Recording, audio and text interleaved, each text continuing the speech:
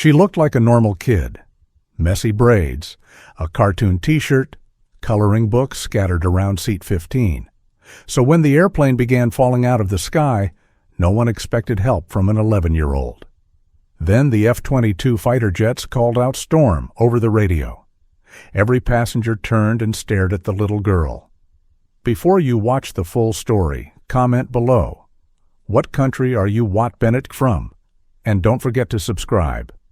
11-year-old Maya Storm Calder sat in seat 15 on United Airlines Flight 621, looking exactly like what people expect a child traveling alone to look like. Her blonde hair was messy and tied into 2 braids. She wore a faded purple cartoon t-shirt, and she carried a small pink backpack covered in sparkly stickers.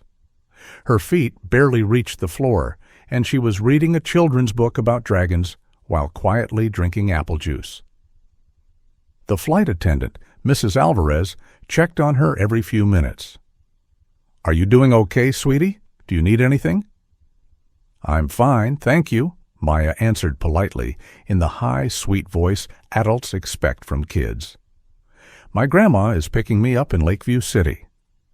Other passengers smiled at the well-behaved girl traveling by herself. A businessman in row 15 offered her his extra bag of peanuts. An elderly woman in seat 15D asked if she wanted to see pictures of her granddaughter. Everyone treated Maya exactly like what she seemed to be, an innocent child on her first solo flight. What none of them knew was that Maya Calder held one of the most highly classified positions in the United States military. At 11 years old, she was the youngest person ever to receive pilot training, and she had been flying experimental aircraft since she was 9.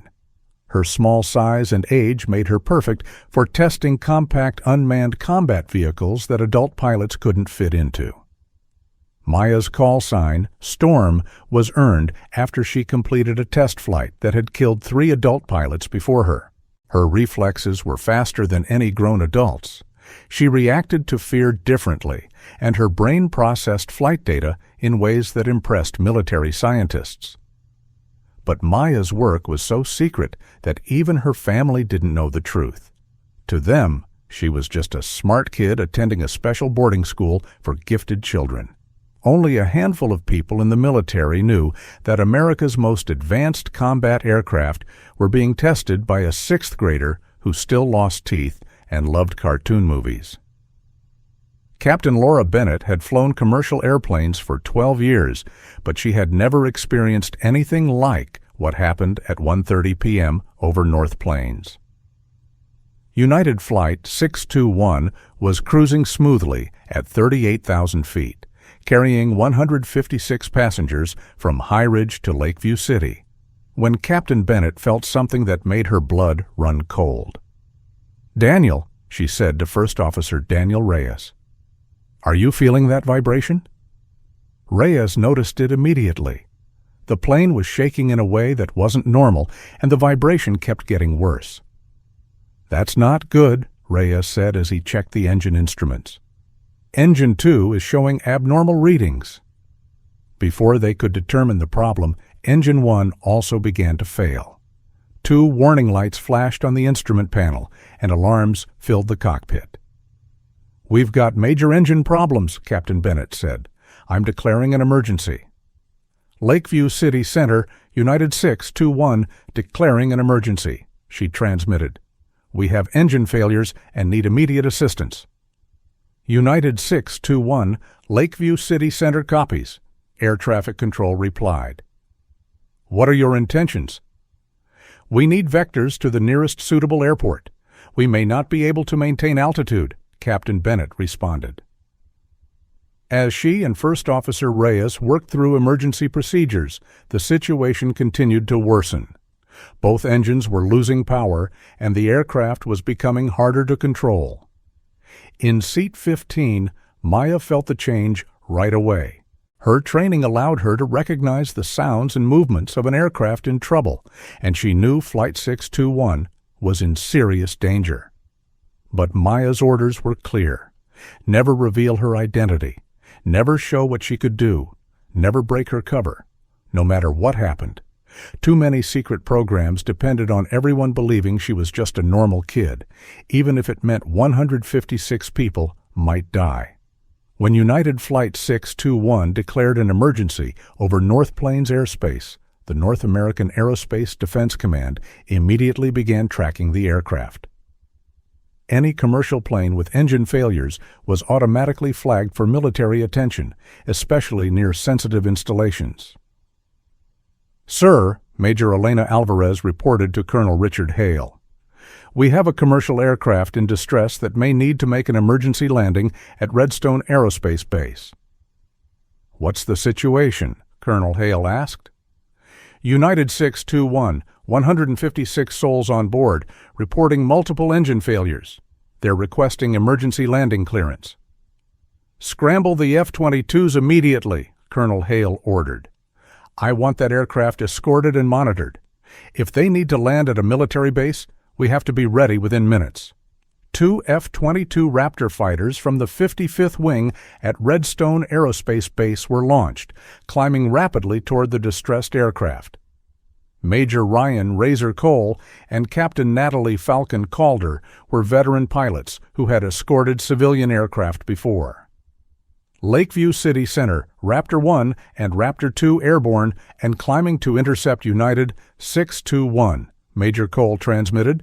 "Raptor flight, United 621, is at flight level 380 with engine issues. Provide escort and assessment." As the F-22s closed in, both pilots prepared for what they believed would be a routine escort mission. They had no idea that routine was about to disappear entirely. As the Raptors took position alongside United Flight 621, NORAD Command began reviewing the passenger manifest as part of standard security protocol. What they discovered made Colonel Hale reach for his secure phone immediately. "Sir," reported Technical Sergeant Sophia Moreno, "you need to see this passenger list." "What is it?" Hale asked. "Passenger in seat 15F is listed as Maya Calder." She hesitated before continuing.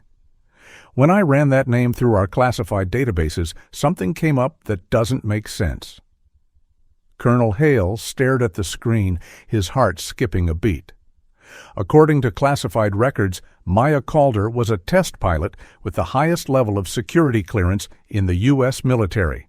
But according to the airline manifest, Maya Calder was only 11 years old. "That can't be right," Hale said. "Run it again." "I already have, sir. 5 times, Moreno replied. "Maya Calder, age 11, call sign Storm, assigned to Project Skylark at Area 51, top secret clearance for experimental aircraft testing." Colonel Hale stared in disbelief. Project Skylark was among the most classified programs in existence, involving aircraft so advanced that most generals didn't even know they existed. And according to these files, its test pilot was a 6th grader. "Get me a secure line to Area 51, Hale ordered. "I need confirmation immediately." The call confirmed both his worst fear and greatest shock. Maya Calder really was 11 years old. She really was a test pilot, and she really was on board a commercial airliner that was about to crash.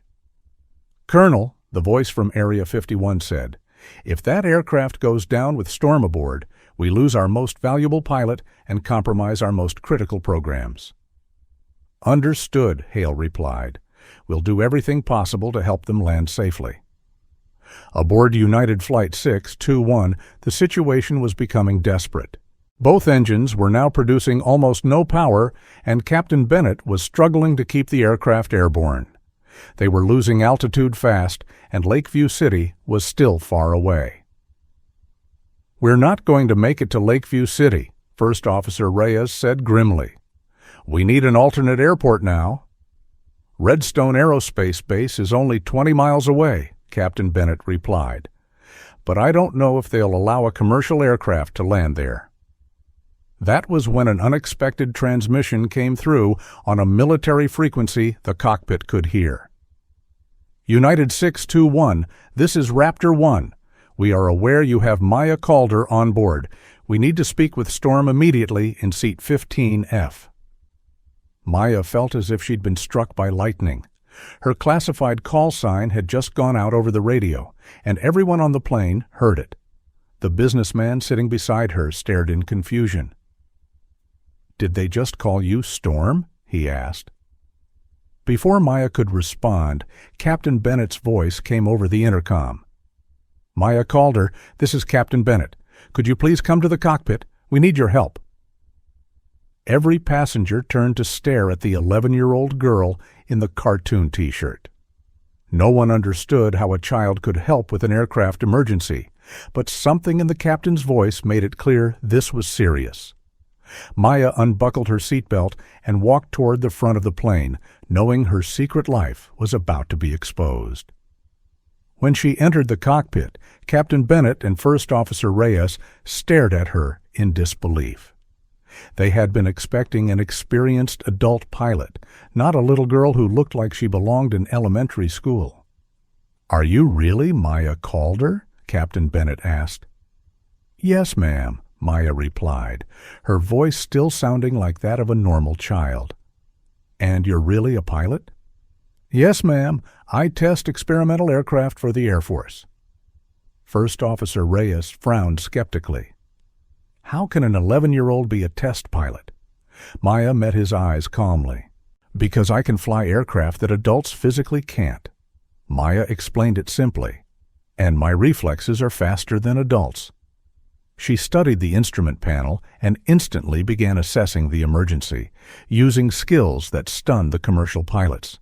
Despite her age and small frame, she analyzed the engine failures and flight conditions with the confidence of someone who had handled aircraft emergencies many times before. "What's our altitude?" Maya asked. 22,000 feet and descending, Captain Bennett replied. "Fuel remaining is about 30 minutes at current burn rate. Distance to Redstone Aerospace Base is 18 miles. Maya ran the numbers quickly in her head, drawing on experience from experimental aircraft that often suffered total system failures. "We can make it to Offutt," she said with confidence, "but we'll need to use gliding techniques that commercial pilots aren't taught." "Raptor 1, this is Storm," Maya transmitted on the military frequency, using her call sign for the first time in front of civilian pilots. "Storm, Raptor 1, came the response. "It's an honor to work with you. What do you need?" Despite her young voice, Maya spoke with the authority of someone who had commanded test flights of the most advanced aircraft ever built. "Raptor flight, coordinate with Redstone Tower for emergency landing clearance," Maya said. "I also need real-time wind and weather data for our approach." "Roger, Storm," Raptor 1 replied. "We've got you covered." What followed was something aviation history had never seen before. An 11-year-old girl was directing the emergency landing of a commercial airliner while two of the most advanced fighter jets ever made escorted it. "Captain Bennett," Maya said, turning to the commercial pilot, "I'm going to show you techniques we use when engines fail completely." "But you're just a kid," First Officer Reyes protested. "I'm a kid who's landed aircraft with no engines, no hydraulics, and no electrical power," Maya replied calmly. "Trust me, I know what I'm doing." Captain Bennett studied Maya's serious expression and made a decision that would save 156 lives. "Okay, Maya," she said. "What do you need us to do?" As Maya worked with the United crew to prepare for the emergency landing, the F-22 pilots were learning more about the extraordinary child guiding Flight 621. Back at NORAD Command, classified files were being reviewed that revealed just how remarkable she was. "Raptor 1, NORAD Command," came the secure transmission. "We're sending you classified information on Storm. You need to understand who you're working with." Major Cole and Captain Calder received the data and immediately realized they were witnessing something extraordinary. Maya Storm Calder wasn't just another test pilot. She was the lead pilot for Project Skylark, testing aircraft decades beyond anything publicly known. "Storm has more flight experience than most adult pilots," the briefing explained.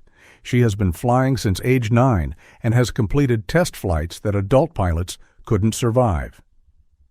"This is unbelievable," Captain Calder whispered to her wingman, Razor. "We're being guided by an 11-year-old who flies aircraft that officially don't exist." "I know," Major Cole replied. "This kid has skills most adult pilots can only dream of." The F-22 pilots watched in awe as the commercial aircraft began flying in ways that revealed Maya's extraordinary ability. What she did next showed exactly why she had been chosen for the most dangerous test flights in military aviation. Using techniques developed for experimental aircraft that often lost all power, Maya began Bennett G. Captain Bennett how to fly a powerless Boeing 787 like a glider. "Captain Bennett," Maya instructed, "forget everything you were taught about engine-out procedures. We're going to fly this airplane using gravity and aerodynamics." She guided her through maneuvers commercial pilots never learn, methods developed through years of experimental testing on aircraft that routinely suffered complete power loss. "Reduce our descent rate by using the aircraft's natural glide," Maya said. "We don't need engines if we manage our energy correctly," Maya explained. "But that's not how we're trained," First Officer Reyes said. "Commercial training assumes at least some engine power." "When everything fails," Maya replied, "you need techniques that don't depend on anything working."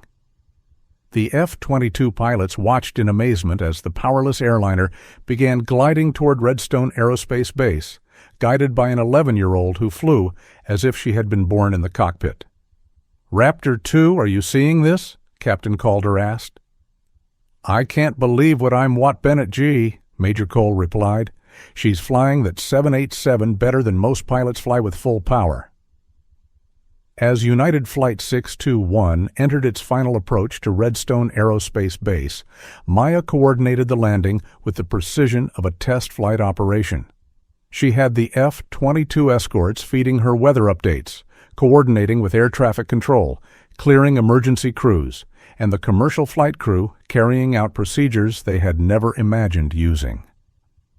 "Redstone Tower, United 621, Maya transmitted. "Heavy emergency inbound with no engine power. Be advised we are using experimental gliding procedures." "United 621, Redstone Tower," came the reply. "Crash and rescue crews are standing by. Runway 11 is cleared for your approach." But Maya knew that simply clearing the runway wouldn't be enough. A powerless aircraft needed perfect timing and flawless execution to land safely. "Raptor flight," Maya transmitted. "Monitor our glide path and call out any deviations. With no power, we don't get a second chance." "Roger, Storm," Raptor 1 replied. "We're with you all the way down." As they passed through 5,000 feet, Maya began executing the final phase of her plan, techniques developed for landing experimental aircraft after total power loss. "Captain Bennett," she said, "what I'm about to teach you isn't in any manual, but it works. We're going to land this airplane using only physics." The final approach to Offutt's Runway 11 was unlike anything commercial aviation had ever seen. Maya guided Captain Bennett through a landing method designed for experimental aircraft that routinely lost all power systems. "Keep our airspeed exactly at 140 knots, Maya instructed as they passed through 1,000 feet. "Too fast and we overshoot the runway. Too slow and we stall." The technique was so advanced it had never been attempted with a commercial aircraft. But Maya's experience landing experimental planes with complete power failure made it possible. "Storm, Raptor 1, Major Cole transmitted. "You're looking perfect on approach. Rate of descent is ideal." "Thanks, Raptor 1, Maya replied. "Captain Bennett, you're doing great. Trust the airplane and trust the physics." At 200 feet, a crosswind pushed the aircraft off the center line. Captain Bennett started to panic, but Maya's calm voice kept him focused. "Small rudder correction. Don't overcorrect. Let the aircraft settle." The Boeing 787 touched down, harder than normal, but Captain Bennett kept it straight and under control during the rollout. Emergency vehicles surrounded the aircraft, ready to assist any injured passengers. United 621, outstanding job, Redstone Tower transmitted. Emergency crews are standing by in the cabin. All 156 passengers erupted into applause, many still unable to believe they had been saved by an 11-year-old girl. As United Flight 621 came to a stop at Redstone Aerospace Base, the F-22 Raptors did something never before seen in military aviation. Both pilots came to attention in their cockpits, a salute normally reserved for high-ranking officers. "Storm Raptor 1," Major Cole transmitted. "That was the most incredible display of airmanship we've ever witnessed. You just saved 156 lives using techniques most adults could never master." "Thanks, Raptor Flight," Maya replied, her voice still sounding like a normal kid. "Just doing my job." But it was far more than just a job. Maya had taken control of a civilian aircraft emergency and used classified techniques to save 156 lives, all while maintaining the calm professionalism that had made her legendary in military test programs. As passengers deplaned, many stopped to thank Maya personally. The businessman from seat 15 was one of the first. "I can't believe you're really 11 years old," he said in disbelief. "How did you learn to fly like that?" Maya smiled with the innocent expression that had helped protect her secret for so long. "I go to a really good school," she replied. Within hours of the emergency landing, Maya's secret identity was exposed. News of the 11-year-old pilot who saved a commercial flight spread around the world. Headlines appeared everywhere. "Kid pilot saves." "Commercial airliner. 11-year-old test pilot emerges from secret program." Journalists struggled to understand how a child could possess such advanced flying skills. But Maya's exposure created serious national security concerns. Her work on classified programs had been protected at the highest levels of government. Now that protection was gone, compromising active projects and potentially endangering military advantages. "Maya," General Helen Ward said during an emergency briefing at Offutt, "your actions saved 156 lives, but they also compromised some of our most critical programs." "I'm sorry, General," Maya said quietly in her small voice, "but I couldn't let all those people die just to protect my secret." "We're not criticizing you," General Ward assured her, "but we need to decide what happens next. Your cover as a normal child is clearly over." The military now faced a situation they had never encountered before. Their most valuable test pilot had been exposed in the most public way imaginable. But Maya's actions had saved more than 150 civilian lives. 2 weeks after the United Flight 621 incident, she was given a choice that would change her life forever. She could continue her classified test work under a new identity, or she could accept a completely different role, one that would use her skills openly.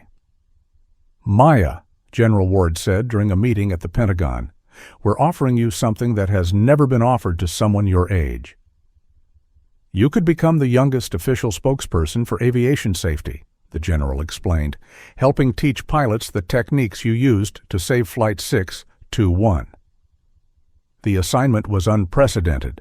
For the first time, an 11-year-old would work openly with both military and civilian aviation authorities, using her experience to improve pilot safety and training worldwide. "Your actions proved that advanced flying techniques can save civilian lives," General Ward continued. "We want you to help develop training programs that will teach these methods to commercial pilots." Maya accepted the offer immediately. Her secret life was over, but she could now serve in a new way, one that honored her training and her desire to help people. "Can I still fly experimental aircraft?" Maya asked. "Even more than before," General Ward replied with a smile. "But now you'll also be T-Bennett others what you've learned." 6 months after the incident, Maya was T-Bennett Special Courses at the Federal Aviation Administration Training Center, Standing on a small platform so she could reach the podium, she addressed rooms filled with experienced commercial pilots. Many of her students had decades of flight experience. Now they were learning advanced emergency procedures from an 11-year-old who had saved 156 lives.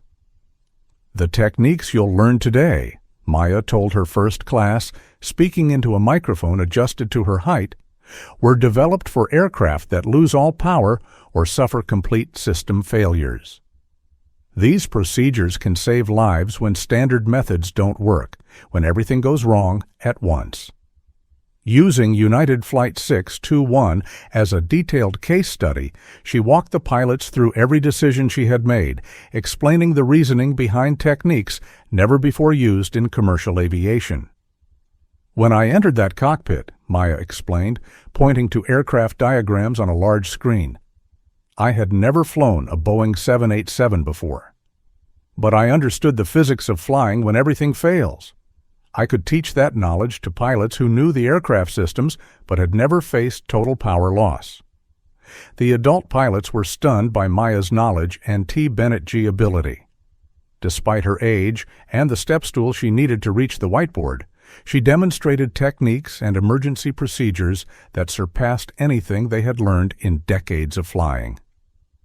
"Maya," asked American Airlines Captain Andrew Park, a veteran pilot with more than 20,000 flight hours, "how did you stay so calm during an emergency like that?" "Because I've been flying airplanes that break all the time," Maya replied honestly, shrugging as if she were explaining a favorite ice cream flavor. "When you expect things to go wrong, you're always ready when they do." She added simply, "And in test flying, if you panic, you die. So you learn not to panic pretty fast."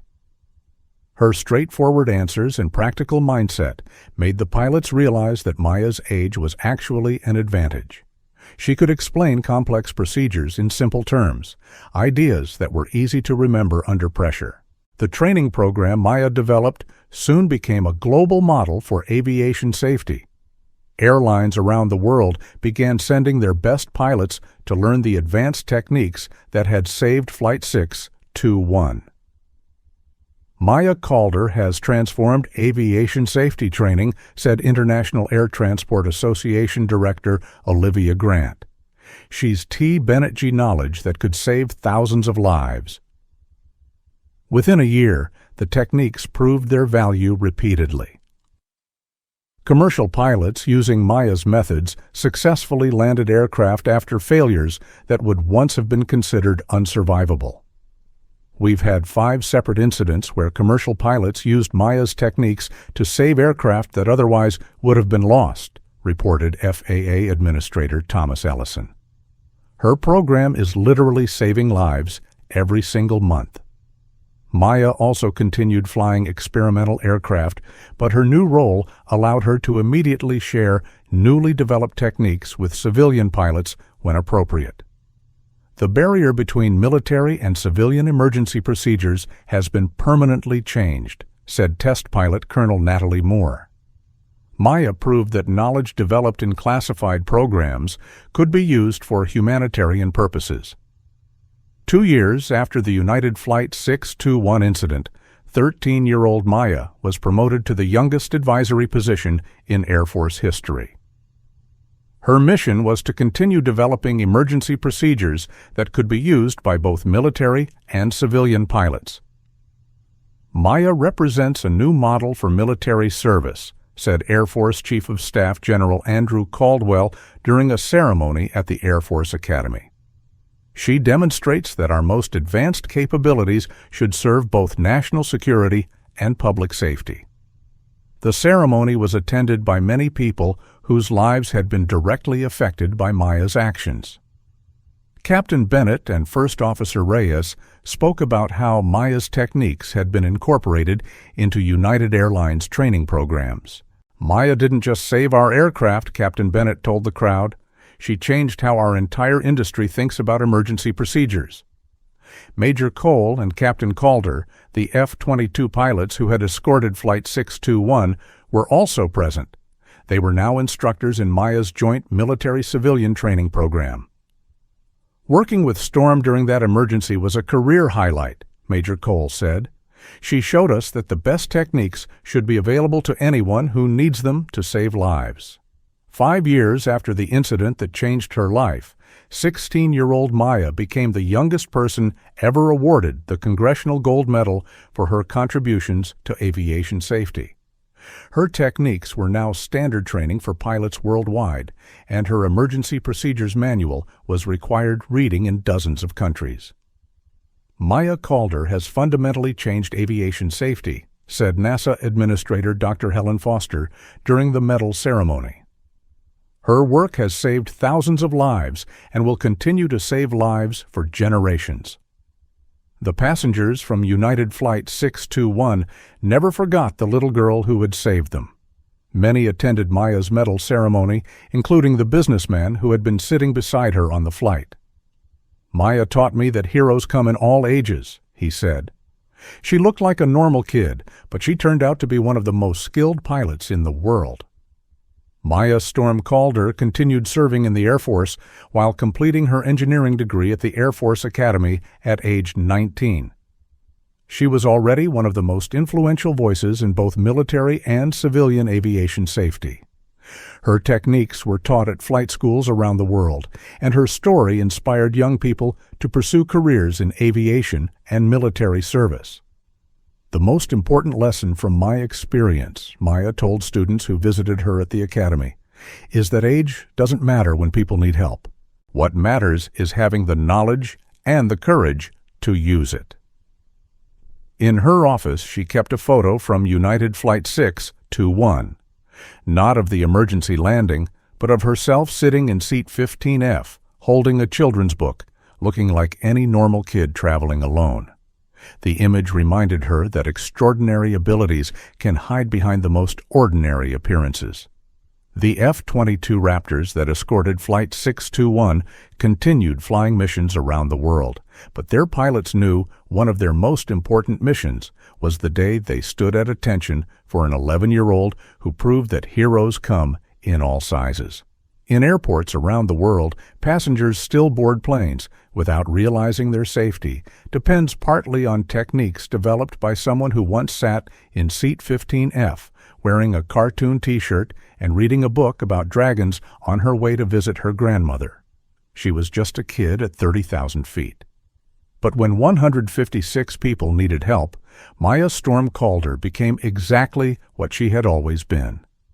A pilot whose legendary call sign commanded the respect of F-22 fighters and whose skills could save anyone brave enough to step into an aircraft. The secret world of experimental aviation lost its youngest and most valuable pilot.